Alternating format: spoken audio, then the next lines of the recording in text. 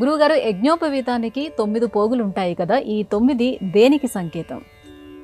యజ్ఞోపవీతానికి నిజానికి 3 పోగులే ఉంటాయి. 3 పోగులు.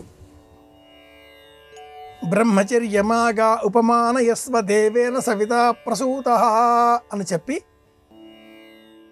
ఆచార్యుడు 3 పోగుల ఒక వరుస దారాన్ని భుజం పైన వేస్తాడు. ఎడమ భుజం మీద నుంచి కుడి చేతి దిగువగా ఆ యజ్ఞోపవీతం ఉంటుంది.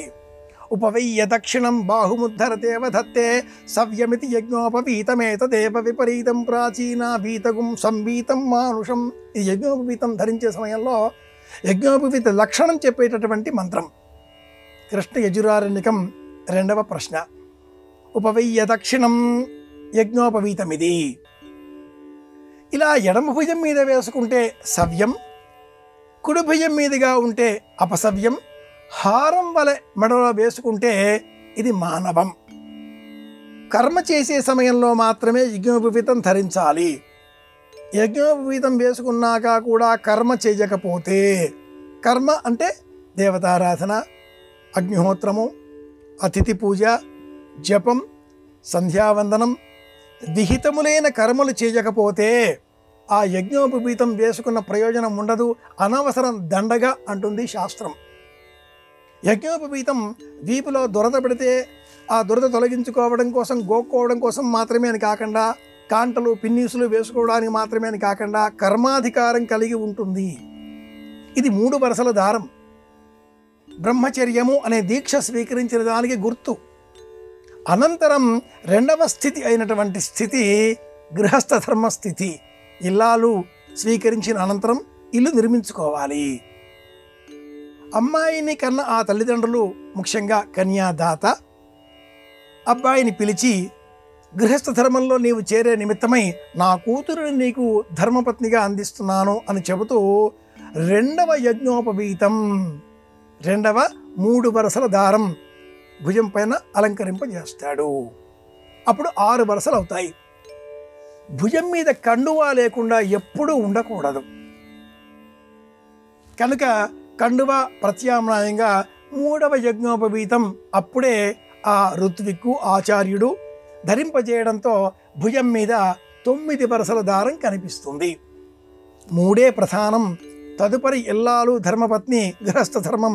ఆ 3వది భవిష్యత్తులో రాబోతున్నటువంటి వానప్రస్థ ఆశ్రమానికి ప్రతీక. ఇల్లాలు మరణించినా కూడా, గతించినా కూడా 3వ ఆశ్రమంలో ఉన్నవారు ఏకభుక్తం, అధశయనం, శ్వేత వస్త్రధారణ, నియమపూర్వక జీవితం, నడుముకు కట్టుకున్న మొలత్రాడు తొలగించడం, ఇవన్నీ కూడా ధర్మాలే. వానప్రస్థ జీవనం. 4వ ఆశ్రమం సన్యాసం. యజ్ఞోపవీతం తొలగించడం సన్యాసం అవుతుంది. ఏ ఆశ్రమంలో ఉన్నారు, ఏ ధర్మం పాటిస్తున్నారు అని చెప్పేది ఈ యజ్ఞోపవీతం.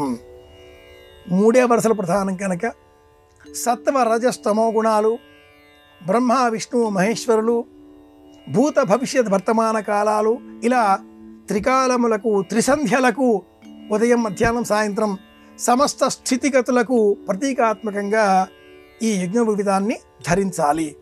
ఎవరి యజ్ఞోపవీతం వాళ్ళే సిద్ధం చేసుకోవాలి అని కూడా శాస్త్రం.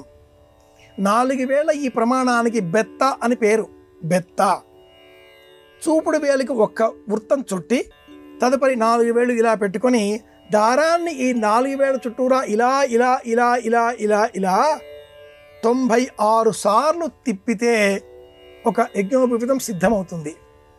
96 సార్లు చుట్టిన ఆ దారాన్ని 3 వరుసలు చేసి మళ్ళీ 3 వరుసలుగా మార్చుకోవడంతో యజ్ఞోపవీతం.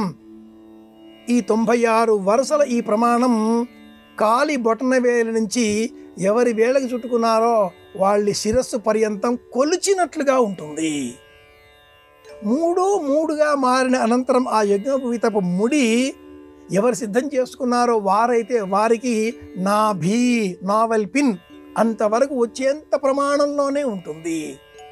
బజారులో ఖరీదు చేసుకుని వచ్చినవి ఈ నియమానికి లోబడి ఉండవు.